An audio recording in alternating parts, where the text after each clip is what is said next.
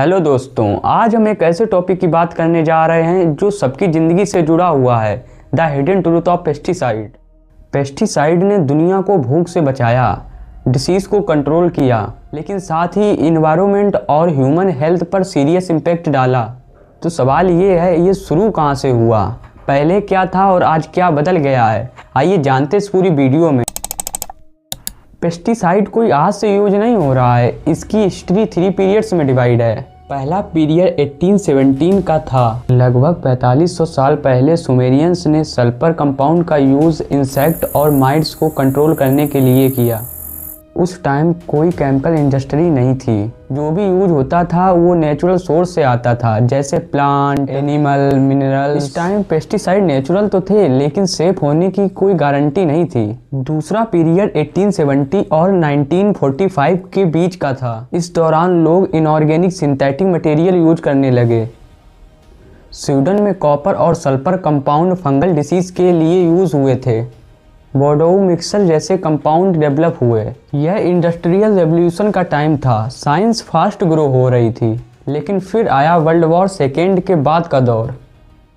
लेकिन 1945 के बाद सिंथेटिक पेस्टिसाइड का एक्सप्लोजन हुआ। इस पीरियड में केमिकल आए जैसे डीडीटी, बीएचसी, एल्ड्रेन। डीडीटी दुनिया भर में वाइडली यूज हुआ क्योंकि यह मलेरिया जैसी डिसीज को कंट्रोल करता था। वर्ल्ड वॉर सेकेंड के बाद पेस्टिसाइड का यूज तेजी से बढ़ा था और फूड प्रोडक्शन को बढ़ाना था और ग्रोइंग पॉपुलेशन को फीड करना था। और सच ये है, फूड प्रोडक्शन बढ़ी, लेकिन जब हम खेत में पेस्टिसाइड की स्प्रे करते हैं तो हम सिर्फ इंसेक्ट को टारगेट नहीं करते हैं, साथ ही मिट्टी और पानी को भी अफेक्ट करते हैं, साथ में हम भी अफेक्ट हो जाते हैं। हम जब खेत में पेस्टिसाइड स्प्रे करते हैं तो हम सिर्फ इंसेक्ट को टारगेट नहीं करते, साथ ही साथ हम लोग मिट्टी और पानी को भी अफेक्ट कर लेते हैं। कुछ रिसर्च ये भी बताती हैं कि जो फार्मर होते हैं वो बिना मास्क और ग्लव्स के काम करते हैं। केमिकल स्किन के थ्रू ऑब्जर्व हो जाती है। रेसिड्यू सब्जियों और फ्रूट्स में भी रह जाते हैं। सोचिए, जो हम पेस्टिसाइड क्रॉप पर डालते हैं वही पेस्टिसाइड सॉइल माइक्रोब्स को डिस्ट्रॉय कर देता है, बेनिफिशियल इंसेक्ट जैसे बीज को मार देता है, साथ ही ग्राउंड वाटर के साथ मिक्स हो सकता है और फूड चेन के थ्रू हमारी बॉडी तक आ सकता है। रिसर्च ने यह भी बताया है कि इसके लॉन्ग टर्म एक्सपोजर ने हार्मोनल इम्बैलेंस हो सकता है, साथ ही साथ हमारे नर्वस सिस्टम भी डिस्टर्ब हो सकता है और बच्चों के ब्रेन डेवलपमेंट पे भी इफेक्ट पड़ता है।